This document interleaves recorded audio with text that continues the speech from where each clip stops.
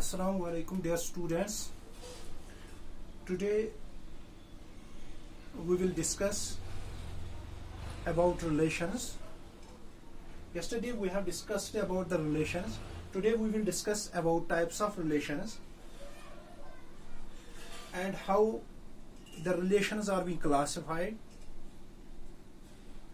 So first of all, as we know that we have yesterday discussed what a relation is. Simply, I have told you that if we have two non-empty sets, suppose A and B are two non-empty sets, then any subset of A cross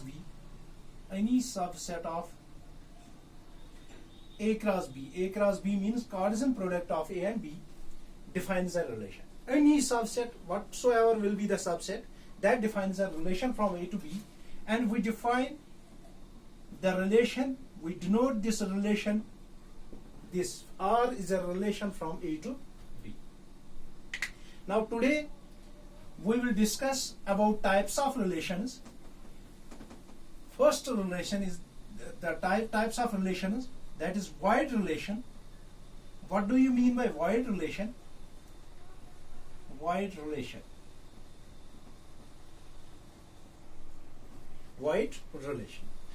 अगर हमारे पास एक non empty set हो गया A, अगर हमारे पास A एक non empty set है, then we know that then phi is a subset of A cross A. Therefore, phi defines a relation, and this relation is known as void relation, and this relation, this then is called as यहाँ तो इसको void relation कहते हैं, void relation, और इसको कहते हैं empty relation, और इसको कहते हैं null relation.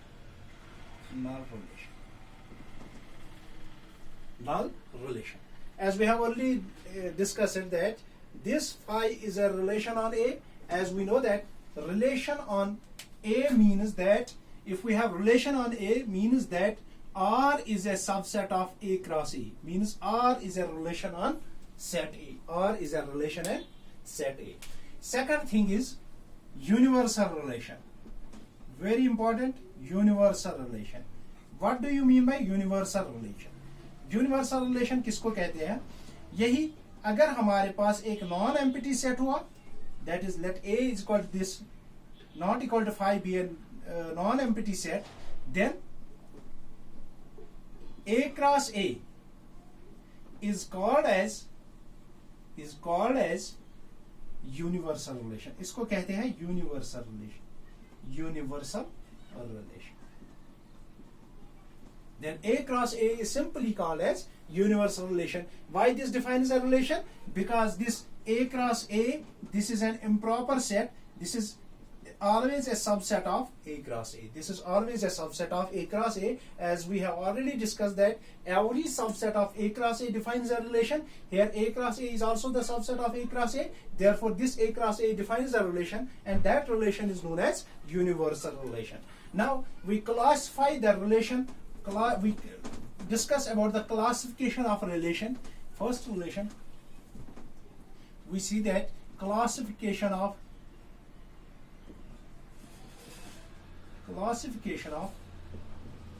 relation. Very important topic.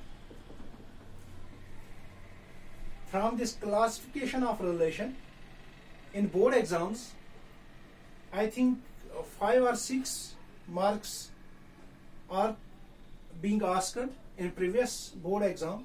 So classification of relations में पहली जो relation आती है, that relation is known as an identity relation.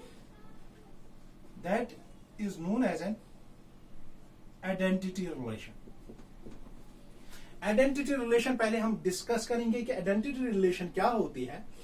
Let us suppose हमारे पास एक non-empty set है let A be a non-empty set, then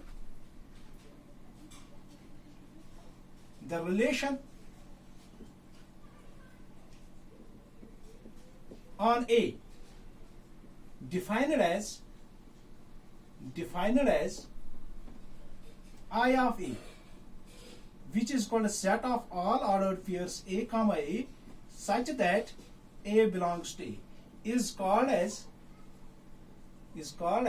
identity relation. इसको क्या कहते हैं? Identity relation.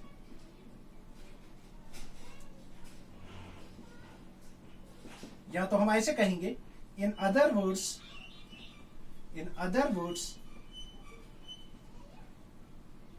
if every element of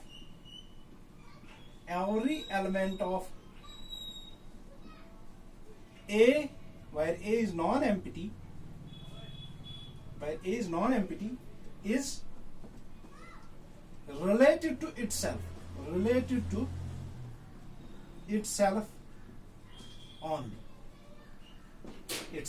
only. This only term here,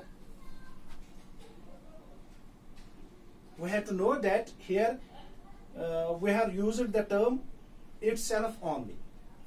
तो अब हम पहले आइडेंटिटी रिलेशन के बारे में बताऊंगा, फिर हम इसकी एग्जांपल एक देंगे. Let us take A is equal to, हम लेंगे, let us suppose we take 1 2 3 4 and we define the relation this IA. 1 को 1 के साथ, 2 को 2 के साथ, 3 को 3 से, 4 को 4 के साथ. This relation is an identity relation. Whereas अगर हम ये ऐसे लेंगे, वायरएज अगर हम ऐसे लेंगे एक रिलेशन, दिस 1 1 के साथ ही, 2 2 के साथ ही, 3 3 के साथ ही, तो ये रिलेशन ये नॉट एन आइडेंटिटी रिलेशन है. ये नॉट एन आइडेंटिटी रिलेशन, ये आइडेंटिटी रिलेशन नहीं है. क्यों नहीं है? क्योंकि इसमें एक एलिमेंट बिलोंग कर रहा है 4 के साथ. जब इसका एक एलिमेंट 4 के साथ, इसमें एक एलिमेंट 4 है जो बिलोंग कर रहा है किसमें? ए में. लेकिन यहां पे इसकी रिलेशन नहीं है. यहां पे इसका मतलब है कि जो आइडेंटिटी रिलेशन होती है, आइडेंटिटी रिलेशन में हमें क्या चाहिए कि हर कोई एलिमेंट जो भी सेट का है वो रिलेट होना चाहिए इटसेल्फ से. अगर हम ऐसे भी लेंगे, बस इतना 1 1 2 2 3 3 4 4 और यहां पे मैं लूंगा 1 2. ये रिलेशन भी आइडेंटिटी रिलेशन नहीं है, क्योंकि हमें क्या है? इटसेल्फ ओनली का मतलब है कि हर कोई एलिमेंट बस खाली अपने आप से ही रिलेट होना चाहिए. यहां पे एक ऑर्डर्ड पेयर है, इसका मतलब है 1 इज रिलेटेड टू 2, जो कि आइडेंटिटी रिलेशन में नहीं आता है. इसका मतलब है ये भी नॉट एन आइडेंटिटी रिलेशन. इसका मतलब है ये नॉट एन आइडेंटिटी रिलेशन. अब तो आइडेंटिटी रिलेशन आपको समझ में आई होगी कि वो रिलेशन आए जिसमें हर कोई एलिमेंट अपने आप से, बस खाली अपने आप से ही रिलेटेड हो, उसको कहते हैं identity relation. Now second type of relation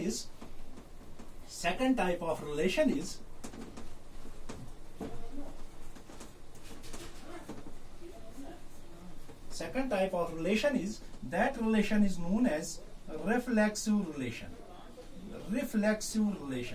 reflexive relation में क्या आता है, ये भी इसको आपको पूरे ध्यान से देखना है. रिफ्लेक्सिव रिलेशन और आइडेंटिटी रिलेशन में कंफ्यूजन होता है. अब यहां पे देखेंगे, अगर हम एक नॉन एम्प्टी सेट लेंगे, then a relation defined as, हम सपोज R लेंगे, R defined as R is equal to set of all ordered pairs A for all A belongs to A. इसको क्या कहते हैं? Reflexive relation. और in other words, a relation R on a set A is said to be reflexive if and only if every element of A every element of A is related to itself. वहां पे मैंने यही use किया, related to itself, लेकिन यहाँ पे वहां पे मैंने itself only लिखा, यहाँ पे मैंने itself only नहीं लिखा, यहाँ पे मैंने खाली itself लिखा. एग्जाम्पल एक लेंगे फिर आपको समझ में आ जाएगी ये बात. Let A is equal to, यही एग्जाम्पल लेंगे, 1, 1, 2, 2, 3, 3. ये मैं एक रिलेशन लूंगा यहां पे मैं ऐसे लूंगा, A सेट लूंगा 1, 2 और 3. एक रिलेशन में डिफाइन कर रहा हूं ऑन A पे, दैट इज 1, 1, 2, 2, 3, 3. ये मैं रिलेशन डिफाइन कर रहा हूं किस पे, ऑन A पे. यहां पे क्या है, जब मैं ऑन A पे रिलेशन डिफाइन कर रहा हूं तो यहां पे मैं एक और चीज यूज करूंगा, दैट इज 1, 2, सपोज 2, 3.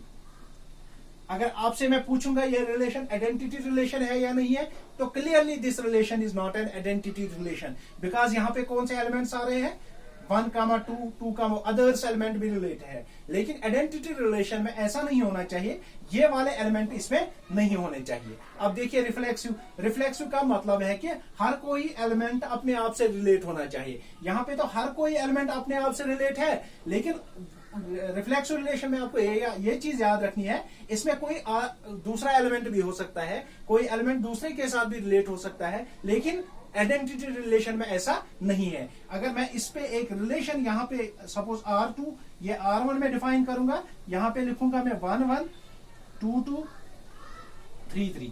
अब अगर हम चेक करेंगे कि ये रिलेशन रिफ्लेक्सिव रिलेशन है या नहीं है, रिफ्लेक्सिव तो क्लियरली है, because every element is related to itself. अगर इसकी आइडेंटिटी रिलेशन होने का वो चेक करेंगे कि आइडेंटिटी रिलेशन है या नहीं है, तो यहाँ पे आप चेक करेंगे कि ये clearly this is an identity relation. तो यहाँ पे हमें एक रिमार्क मिला है, यहाँ पे हम एक ये नोट करेंगे कि जो भी every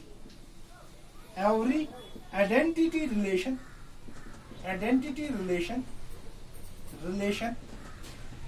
is reflexive but converse is not true, but the converse is always not true. तो यहाँ पे क्या आ गया, आइडेंटिटी रिलेशन तो हमेशा रिफ्लेक्सिव होती है, लेकिन every reflexive relation is not an identity relation. तो ये तो आपको समझ में आया होगा कि रिफ्लेक्सिव रिलेशन क्या होती है, कि हर कोई एलिमेंट किससे रिलेट होना चाहिए, A should be related to, यहाँ इसको हम ऐसे भी लिख सकते हैं, R is equal to this, A should be related to A by relation R for all A belongs to A, ऐसे भी लिख सकते हैं. तो ये हो गई कौन सी रिलेशन, रिफ्लेक्सिव रिलेशन. अब इसकी एक और रिलेशन है, that relation is known as symmetric relation.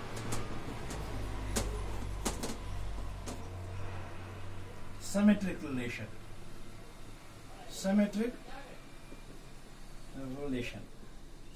Relation में क्या है, सिमेट्रिक रिलेशन में है, अगर relation are defined on a non-empty set, defined on A, while A is non-empty, is symmetric if A, B अगर रिलेशन में है, implies तो क्या होना चाहिए, B, A भी होना चाहिए उसे. और इसको ऐसे भी लिख सकते हैं, if A is related to B, हमें क्या मिलना चाहिए, B should be related to A. B should be related to A. Let us take an example.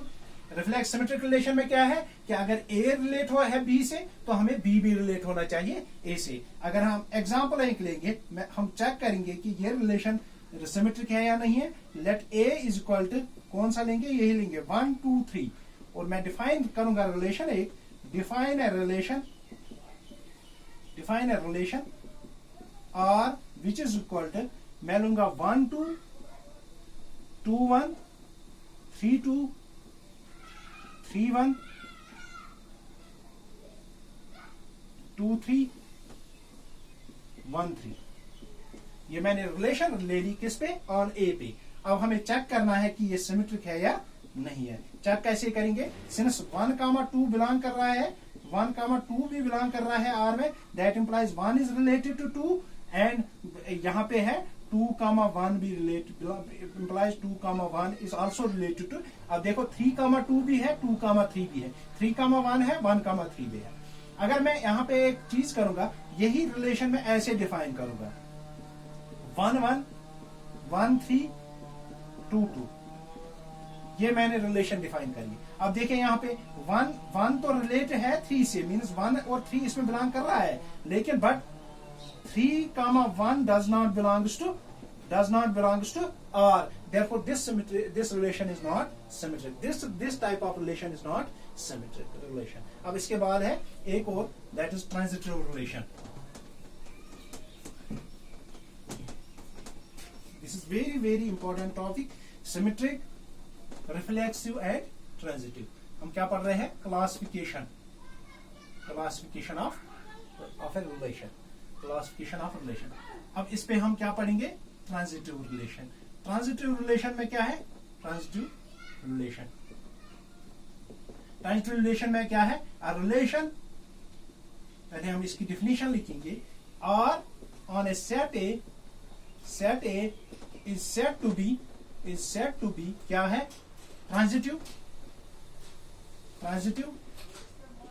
If अगर A, B and B, C दोनों बिलोंग कर रहे हैं R में, हमें क्या मिलना चाहिए? A, C should also belong to R. A, C should also belong to R. A, C should also belong to R. Mean इसका R, इसको ऐसे भी लिख सकते हैं, अगर A रिलेट है B से एंड B रिलेट है C से, implies A should be related to C. A should be related to C by the relation R. अगर हम इसकी एग्जांपल लेंगे, अगर मैं let S लूंगा, be any set and P of S means power set of S is a power set of S. If we define a relation, हम पढ़ेंगे, इसकी जो रिलेशन हम डिफाइन करेंगे वो सबसेट से करेंगे. दिस एज ए सबसेट हम लेंगे let A, B, C belongs to power set of S such that अगर A सबसेट है B का एंड B अगर सबसेट है C का, तो clearly that implies A is a subset of C. ये तो आपको पता ही है. अगर A सबसेट है B का, B सबसेट है किसका? C का, और that implies A is a subset of C. अब यहाँ पे हम क्या पढ़ेंगे? अब इसके बाद हम पढ़ेंगे इक्विवेलेंस रिलेशन हम दूसरे लेक्चर में पढ़ेंगे. वहां पे हम देखेंगे कि इक्विवेलेंस रिलेशन क्या होती है, और फिर हम उस पर एनसीईआरटी की जो एक्सरसाइज है वो उस पे हम डिस्कस करेंगे इक्विवेलेंस रिलेशन पे. वहां पे हम चेक करेंगे कि कौन सी रिलेशन रिफ्लेक्सिव है, कौन सा क्वेश्चन रिफ्लेक्सिव है, सिमेट्रिक है या ट्रांजिटिव है. तो यहां तक आपको समझ में आया होगा. तो तब तक के लिए अल्लाह हाफिज.